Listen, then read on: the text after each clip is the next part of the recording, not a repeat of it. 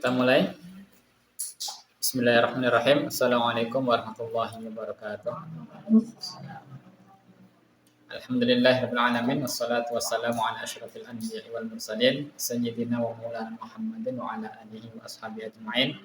Allahumma 'allimna ma yanfa'una wanfa'na bima 'allamtana wa zidna ilma. Allahumma arinal haqqa haqqan warzuqna ittiba'ah wa arinal batila batila warzuqna ijtinabah. Alhamdulillah, segala puji hanya bagi Allah Subhanahu wa taala. Salawat dan salam semoga senantiasa tercurahkan kepada uswah kita baginda Nabi Muhammad sallallahu alaihi wasallam. Kita akan melanjutkan pembahasan kita. Sekarang kita membahas tentang al-hub atau cinta. Hub ini, kata hub atau mahabbah itu kan bukan sesuatu yang asing lagi. Al-hub atau mahabbah. Yuqalu ahbabtu fulanan idza ja'altu qalbi ma'radan li hubbih. Jadi kalau orang Arab mengatakan tentang al-hub itu, kalau mengatakan ahbabtu fulanan, aku mencintai si fulan, itu artinya aku menjadikan hatiku adalah tempat untuk bercokol cintanya. Kemudian membuka hati. Wa minhu habbatul qalb tasbihan bil habba fil hay'ah. Kata al-hub dan mahabbah itu kan ada kata lain yang mirip. Habbah. Apa habbah? Benih atau biji. Jadi kalau di dalam bahasa Arab dan di bahasa-bahasa yang lain bahkan, ketika ada dua kata yang memiliki kemiripan, itu biasanya nanti ada kemiripan makna. Termasuk mahabbah atau hub dengan habbah. Di Al-Baqarah kan ada ya, a'udzubillahi minasyaitonirrajim. Masalul ladzina yunfiquna amwalahum fi sabilillahi kamatsali habbah. Perumpamaan orang-orang yang menginfakkan hartanya di jalan Allah itu seperti sebuah benih atau seperti sebuah biji. Makanya sering kita dengar istilah benih-benih cinta. Benih-benih cinta. Karena memang cinta itu juga memiliki kemiripan dengan benih. Dia perlu ditanam. Orang yang mencintai itu artinya benih cinta itu bercokol di dalam hatinya. Karena dia seperti benih, selain ditanam dia juga harus perlu disirami, perlu dirawat, dan dia bisa terus tumbuh. Bagaimana hub ini kemudian tumbuh itu tergantung bagaimana dari cara merawatnya sebenarnya. Seperti tanaman ya. Ada yang baru tunas tiba-tiba pupus gitu kan. Tapi ada juga yang berubah menjadi sebuah pohon yang sangat kokoh akar batangnya serta sangat banyak buahnya. Nah, seperti itulah gambaran al-hub atau al-mahabbah. Fa idza qulta asaba habbata qalbi fa ma'nahu ahbabtuhu. Jadi kalau ada orang mengatakan bahwasanya benih cinta itu telah menyentuh diriku, artinya jatuh cinta sebenarnya. Kalau di kita kan jatuh cinta, tapi kalau di istilah Arab itu benih cinta masuk ke dalam hati atau dia telah menyentuh benih cinta di dalam kolbunya. Ini mirip ya sebenarnya kalau orang Arab mengatakan asoba habbata qalbi, dia mampu menyentuh biji hatiku. Kalau di kita jatuh cinta. Wa mithluha syaghafathu wa ma'nahu wa mithluha shaghaftahu wa ma'nahu asabta syaghafa qalbihi ay ghita'a qalbi. Ada pula istilah syaghaf. Syaghaf itu sebenarnya adalah ghita, penutup. Ya. Di dalam Quran surah Yusuf itu kan ada firman Allah yang berbunyi wa qala niswatun fil madinah imra'atul azizi turawidu fataha. Wanita-wanita yang ada di kota berkata bahwasanya istri Al-Aziz itu menggoda bujangnya kan gitu. Qad syaghafaha hubba. Sungguh syaghafaha hubba itu kalau diartikan ya ada mengatakan kolbunya telah tertutup oleh cinta. Tapi ada pula mengatakan bahwasanya kolbu itu ada syaghaf. Syaguf itu ada litok. Nah, kadang ada cinta yang bisa menembus sampai apa namanya, menembus litok tadi, penutup hati. Kalau di sini si siapa Imratul Aziz itu ada yang mengatakan bahwasanya dirinya sudah disyaguf, ditutup oleh cinta. Ada pula mengatakan cinta mampu menembus penutup hatinya. Jadi sehingga sudah tidak rasional lagi kan. Hilang malunya, hilang apa lagi? Logikanya gitu. Ada mengatakan cinta itu tak ada logika katanya. Kadang-kadang tak ada logika gitu. Ada pula mengatakan bahwasanya al-hub itu adalah al-mailus syadid ila syai' as-sar an-nafi'. Jadi kecenderungan yang sangat terhadap sesuatu yang membahagiakan dan bermanfaat. Tapi kalau menurut saya ini sebenarnya lebih kepada raghbah, kesukaan, ya. Ketertarikan.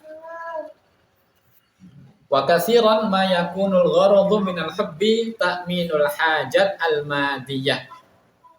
Kebanyakan atau sebagian besar tujuan dari al-hub itu adalah mengamankan kebutuhan-kebutuhan materi.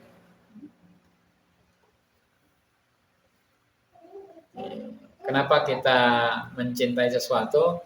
Kebanyakan itu karena ini dalam rangka apa? Mengamankan kebutuhan madiyahnya, sifatnya materi yang ingin kita kuasai sebenarnya. Au isba'il gharaiz wal haja al-udwiyah, atau untuk memenuhi naluri serta kebutuhan-kebutuhan anggota tubuh. Orang ingin menikah juga kadang-kadang dasarnya itu. Karena dia butuh apa namanya, jasadnya, dia butuh secara materi dan seterusnya. Apakah ini salah? Salah tidak? Ini sebenarnya netral. Bahkan di hadis itu kan disebutkan tunkahul mar'atu li arba'. Wanita boleh dinikahi karena 4 hal. Karena apanya? Limaliha, nah, hartanya. Ini kan materi kan ini kan. Orang tertarik, oh ini wanita ini kaya. Kemudian wali apa lagi? Wali hasabiha gitu kan. Oh dia punya keturunan, kedudukan yang ini keluarganya. Auli jamaliha. Jamal kan karena kecantikan itu kan biasanya bisa memenuhi apa? Isba'ul ghoraiz ya. Dan juga hajah al-udwiyah tadi. Ketertarikan. Tetapi dalam pernikahan ternyata Allah Subhanahu wa taala dan Rasulnya sallallahu alaihi wasallam memberikan dasar yang lebih tinggi lagi, bukan hanya 3 tadi, tetapi yang keempat adalah walidiniha. Fadfar bidati apa? Bidati din taribat siyadaka. Jadi fokusnya kita justru adalah yang karena agama tadi, karena agamanya baik. Wa yaqumu ala tasawurin aw ala syu'urin fihi injidabun syadid ilal mahbub aw syai'in nafi'. Kadang juga cinta itu juga berdiri atas tasawur. Tasawur itu persepsi-persepsi, gambaran-gambaran ini ya. Aw ala syu'ur, atau perasaan-perasaan yang di dalamnya ada injidab syadid. Daya tarik yang sangat besar ilal mahbub, kepada yang dicintai atau sesuatu yang dianggap bermanfaat. Ini begini, kok kita bisa mencintai seseorang? Karena kita kadang punya persepsi kan, kita punya gambaran-gambaran, pikiran-pikiran, atau punya syu'ur tadi, perasaan-perasaan yang menarik kepada orang tersebut. Ya. Atau kita ini orang apa, pihak si B ini bisa memberikan manfaat. Apa itu istilahnya? Ya. Jadi ada hal-hal yang buat kita tertarik, kita dalam pikiran kita ini bermanfaat untuk kita. Walidha Yunsha'ul hubbu an awamil adidah minha ma huwa gharizi. Nah, ini rumitnya cinta itu memang dia kemunculannya itu bisa karena awamil adidah, faktor yang beraneka ragam. Jadi kalau ditanya kenapa kamu mencintainya, itu sulit didefinisikan karena faktornya banyak. Di antaranya ada yang memang gharizi, insting. Wa minha ma huwa kasbi.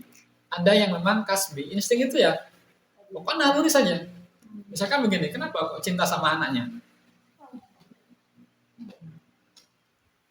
Oh, bagaimana alasannya? Itu gharizi. Ghariza. Insting naluri. Ada juga kasbi. Kasbi itu karena dia baik, karena dia ini, karena dia begini dan seterusnya. Itu kasbi. Jadi ada ini ya proses. Wa minha ma huwa infiali. Ada karena memang itu adalah respon emosi. Yang mirip seperti kasbi tadi. Sebagai rasa terima kasih, apa iba gitu kan juga ada. Ya. Jadi macam-macam jenis cinta itu. Au iradi mashubun bitasawwur, atau kehendak kita yang memang dipengaruhi oleh tasawur, imajinasi. Yang imajinasi apa gitu. Kemudian di sini wal farqu bainal hubbi war raghbati. Ini perbedaan antara hub dan raghbah. Padahal pernah kita bahas raghbah ya. Ada raghbah, ada iradah itu. Anna raghbah halah aniyah ala hinin annal hubba nuzu' daim. Nah, ini perbedaannya. Kalau raghbah itu kondisional. Jadi kondisional muncul, kemudian bisa juga setelah itu pergi. Kok lagi pengen makan ini, nah itu namanya. Tapi kalau cinta itu di sini disebutkan nuzu'un daim. Memang dia adalah sesuatu yang sudah terpatri dan memang selalu seperti itu. Yatajalla bi raghabatin mutataliyah wa muta'aqibah. Yang bisa bermanifestasi atau muncul berupa rohbat yang mutataliyah terus menerus dan muta'aqibah bertumbuh silih berganti. Makanya kita perlu membedakan, kita tuh sebenarnya mahabbah atau rohbah. Kalau sesekali pengen mie ayam itu namanya rohbah. Tapi kalau terus-terusan kebayangnya mie ayam, itu namanya cinta.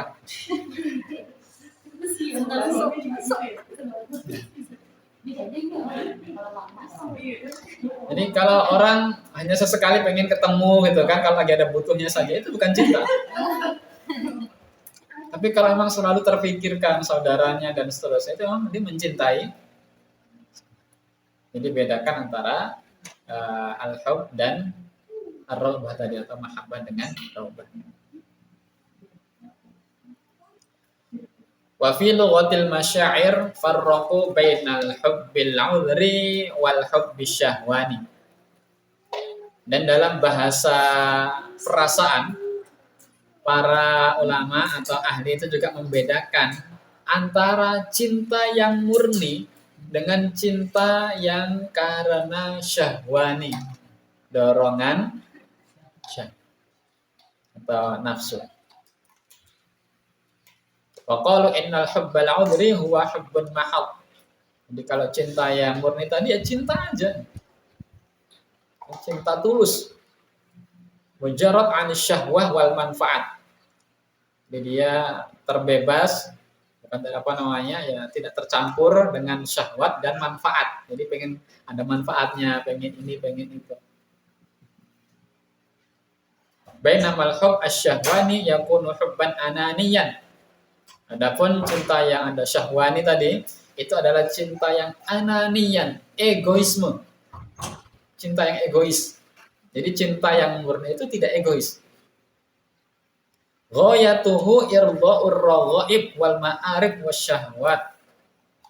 Cinta yang egois tadi memang ya tujuannya, goalnya adalah memenuhi keinginan-keinginan dan syahwat. Pernah saya kisahkan cintanya Umar bin Abdul Aziz ya. Karena cinta ini adalah cinta yang tulus. Ketika sakit ditanya sama istrinya, kamu kan mencintai si Fulanah itu kan? Panggil si Fulanah. Nih, kamu nikah aja sekalian. Sudah, aku akan menikahkan dia dengan salah satu panglima. Kata wanita ini, kemana cintamu yang dulu? Wahai Umar, masih ada. Bahkan semakin besar. Karena itu cinta yang tulus. Cinta yang murni. Bukan cinta yang syahwani yang menimbulkan ananiyah tadi, egoisme. Karena cinta yang egoisme pasti akan yarudha'ur-raghaib wal ma'arif wasyahwat. Saya harus memilikinya. Karena saya tertarik dengan dia, karena bayangan saya dia begini-begini, itu kan sebenarnya egois.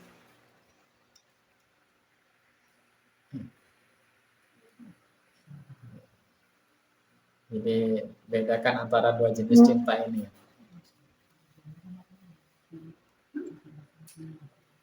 Dan karena manusia itu makhluk yang dinamis dan fluktuatif ya. Kadang di satu saat dia bisa cintanya itu tulus murni, tapi di saat yang lain tiba-tiba juga bisa berubah. Sebagaimana kisahnya Nabi Ibrahim, Sarah dan Hajar.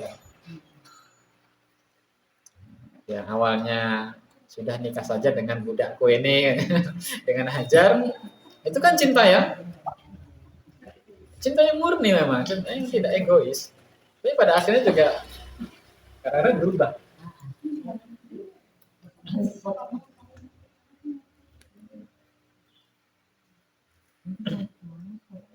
Kebayang ya?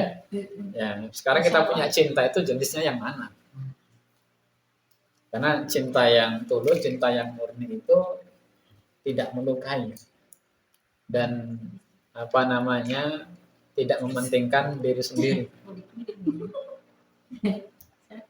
Ya tadi meskipun Umar itu mencintainya ya gimana, tetap akan lebih baik ketika dia menikah dengan orang lain yang akan fokus untuk mencintainya.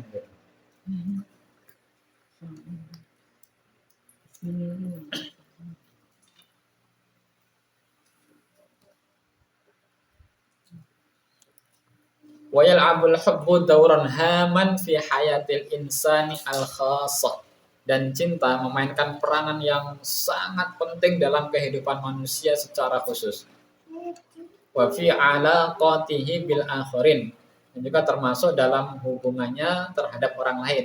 Jadi cinta ya berpengaruh ya dalam kehidupan manusia secara pribadi, hubungannya dengan orang lain, wa fi silatil lati tarbitul insan bi rabbih. Termasuk hubungan seseorang dengan hambanya.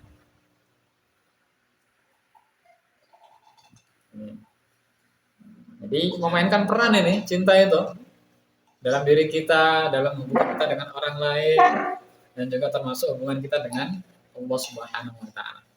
Kalau misalkan ditanya begini, cinta kita kepada Allah itu jenis cinta yang mana? Dia cinta atau rogbah sebenarnya? Hanya datang ketika butuh. Ya, katanya cinta, tapi karena ini, itu kan ada manfaat yang diambil, ada ini dan seterusnya. Ini cintanya yang mana? Karena pasti Allah tidak ingin dicintai sebagaimana manusia mencintai manusia yang lain kan begitu.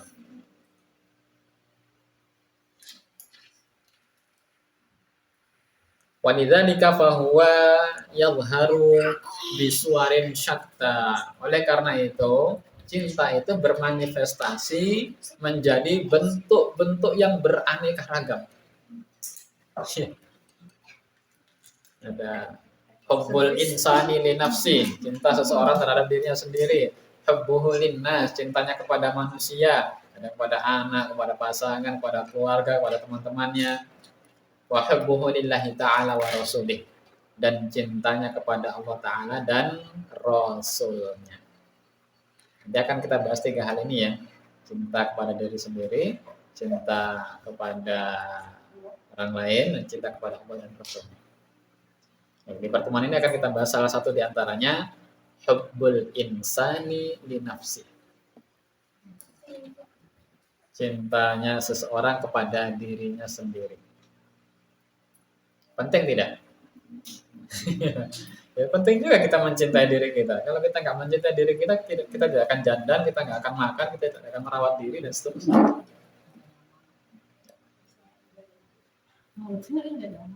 Nggak hidup kita. Karena memang Allah menitipkan itu. Allah menitipkan cinta dalam diri kita.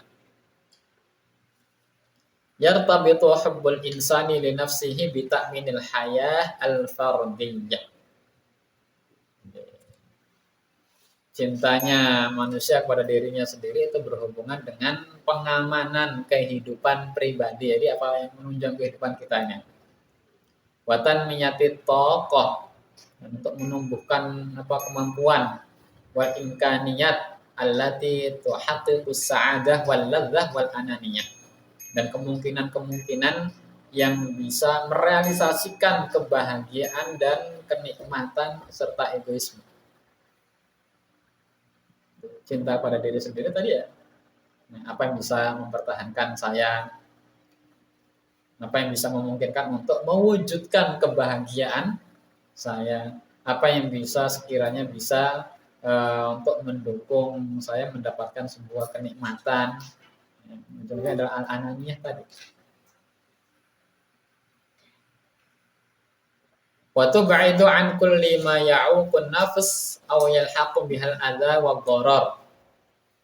Dan juga terhadap sesuatu, menjauhkan dari sesuatu yang bisa menghalangi dirinya dari tujuan-tujuannya atau bisa mempertemukannya dari sesuatu yang disebut dengan al-adza wa dharar, rasa sakit dan mara bahaya. Kalau kita tidak punya cinta pada diri kita sendiri, kita tidak akan menghindari yang namanya bahaya. Kita tidak akan menghindari sesuatu yang bisa menyakiti kita. Makanya mencintai diri sendiri juga menjadi penting sebenarnya. Tetapi dalam Islam itu ada koridor-koridornya. Karena dalam Islam ya ini tetap harus dipelihara, mencintai diri sendiri itu. Oleh karena Allah berfirman, wala tulqu bi aydikum ila tahlukah. Jangan kalian mencampakkan diri kalian dalam kebinasaan. Kan juga harus mencintai diri kalian. Wala tulqu bi aydikum ila tahlukah.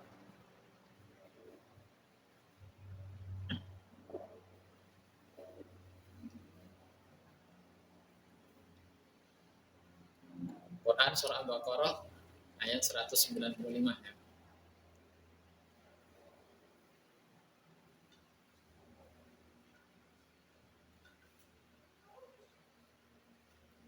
Ini kan egoisme ya, kalau terus dituruti tidak terkendali, ini arahnya adalah kepada egoisme. Tetapi Islam juga punya konsep altruisme, ihsan, berbuat baik kepada orang lain. Ada saatnya bagaimana kita harus mendahulukan diri kita, ada pula saatnya kita juga perlu memikirkan orang lain.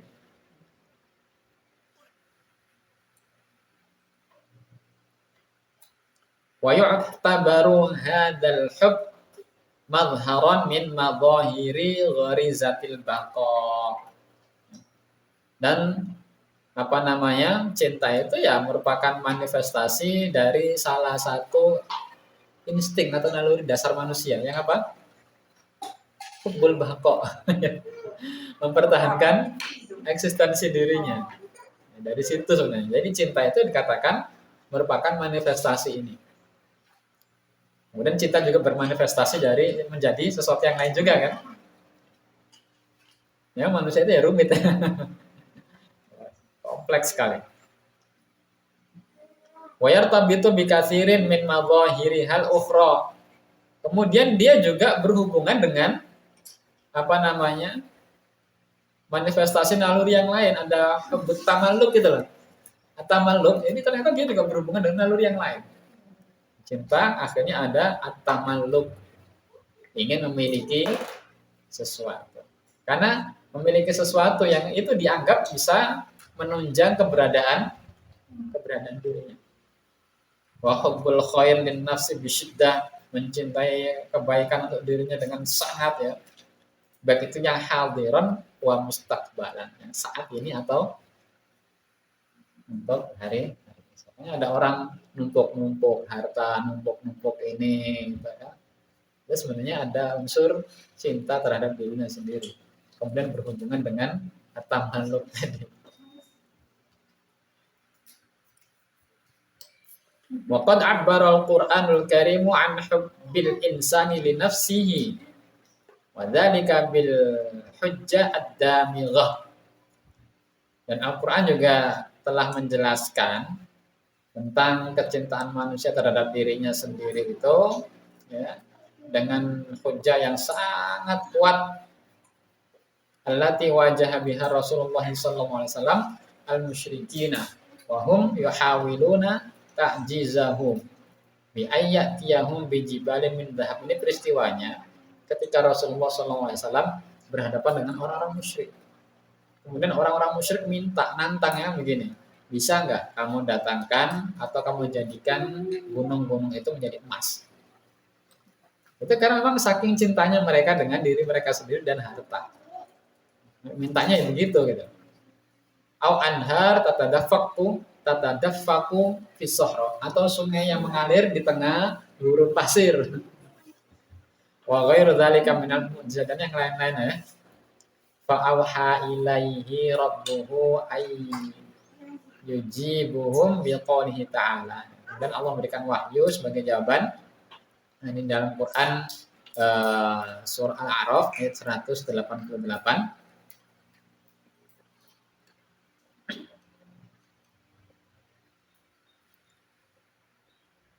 Al-A'raf ayat 188. Walau kuntu a'lamul ghaiba lastaksartu minal khairi wa ma massaniyas su'. Kalaulah seandainya aku mengetahui yang gaib, pasti aku akan berbanyak-banyakan untuk mendapatkan al-khair. Al-khair itu tadi kebaikan itu. Wa ma massaniyas su', dan aku tidak akan tersentuh oleh keburukan. Intinya begini, kalau saya tahu yang gaib, mending itu untuk saya sendiri. Bilang aja begitu gitu kan. Saking cintanya manusia dengan hal-hal yang tadi.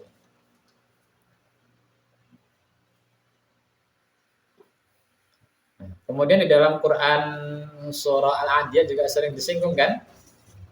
Wal 'adiyati dhabha fal muriyati qadha fal mughirati subha fa atarna bihi naf'a awasatna bihi jam'a innal insana li rabbih lakanud wa innahu li hubbil khairi lasyadid.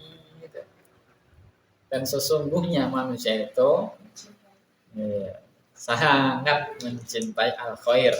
Al-khair di sini yang dimaksud adalah apa? Ya, sesuatu yang sifatnya madian atau ma'nawiyan. Kebaikan-kebaikan ya, harta apa saja yang dianggap mereka bisa menunjang kehidupan dirinya di alam dunia. Sangat berlebihan. Ini tentang cinta manusia terhadap dirinya sendiri.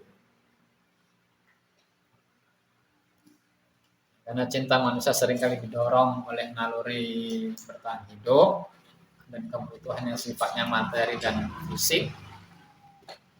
Maka kadang-kadang ketika kita tidak mendapatkan arah-arahan ya, arah-arahan dari Allah yang sifatnya ukhrawi, ya pasti yang dikejar hanya fisik-fisik. Tapi kalau dalam Islam, cinta ini kan berakar pada fitrah manusia yang Allah tanamkan. Jadi dari Allah ini sebenarnya. Berarti kan cara untuk mengelolanya juga harus sesuai dengan aturan. Ya, sebenarnya kalau konsep ini ya perbedaannya hanya itu.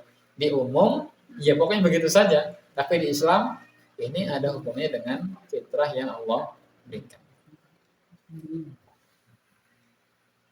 Itu sehingga kita harus melihat ini boleh enggak, ini boleh atau tidak, ini harus dilakukan atau tidak, bagaimana hukumnya dan seterusnya. Ini berlebihan atau tidak, ini kekurangan atau tidak. Jadi kadang ada saking kekurangannya orang tidak mencintai dirinya sendiri, bahaya tidak kan gitu hukumnya. Ya, karena kalau berlebihan yang menjadi egoisme dan keserakahan tadi kan, ananiyah dan juga at-tamak tadi.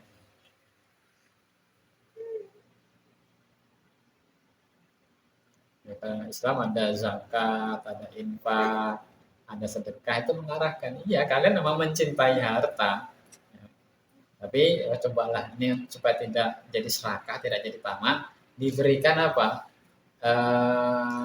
Terapi perilaku dengan zakat, sedekah, infak, dan diberikan apa namanya janji-janji di kemudian hari kan. Karena kan ada dalam teori pembelajaran itu yang disebut dengan pengkondisian operan itu kan dengan punishment dan reinforcement ya. Tapi nanti nggak sekarang, harus sekarang gitu kan. Jadi kalau kamu memberikan ini, nanti Allah memberikan. Jadi tidak mematahkan fitrahnya.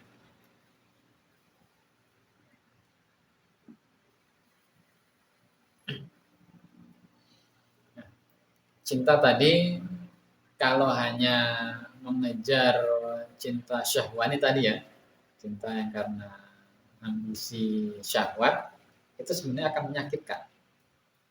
Menyakitkan. Karena cinta yang syahwani itu seringkali mengecewakan.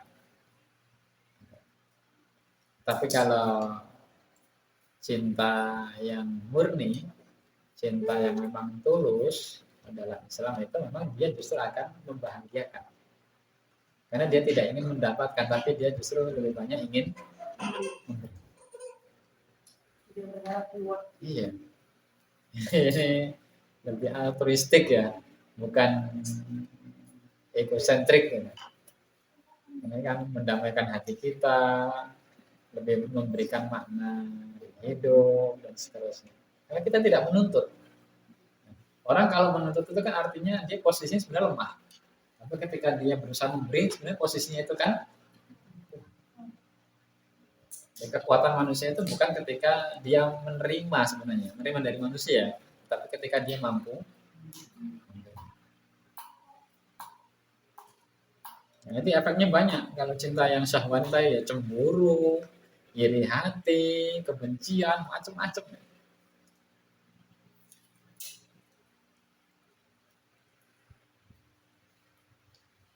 Baik, sementara sampai di sini dulu ya, nanti kita diskusi. Insya Allah di pertemuan berikutnya kita bahas tentang cinta seseorang atau cinta manusia terhadap orang lain dan juga kepada Allah Subhanahu wa taala dan Rasulullah sallallahu alaihi wasallam. Kita tutup dengan hamdalah. Alhamdulillahil alamin. Subhanakallahumma wa bihamdika asyhadu an la ilaha illa anta astaghfiruka wa atubu ilaik. Assalamualaikum warahmatullahi wabarakatuh.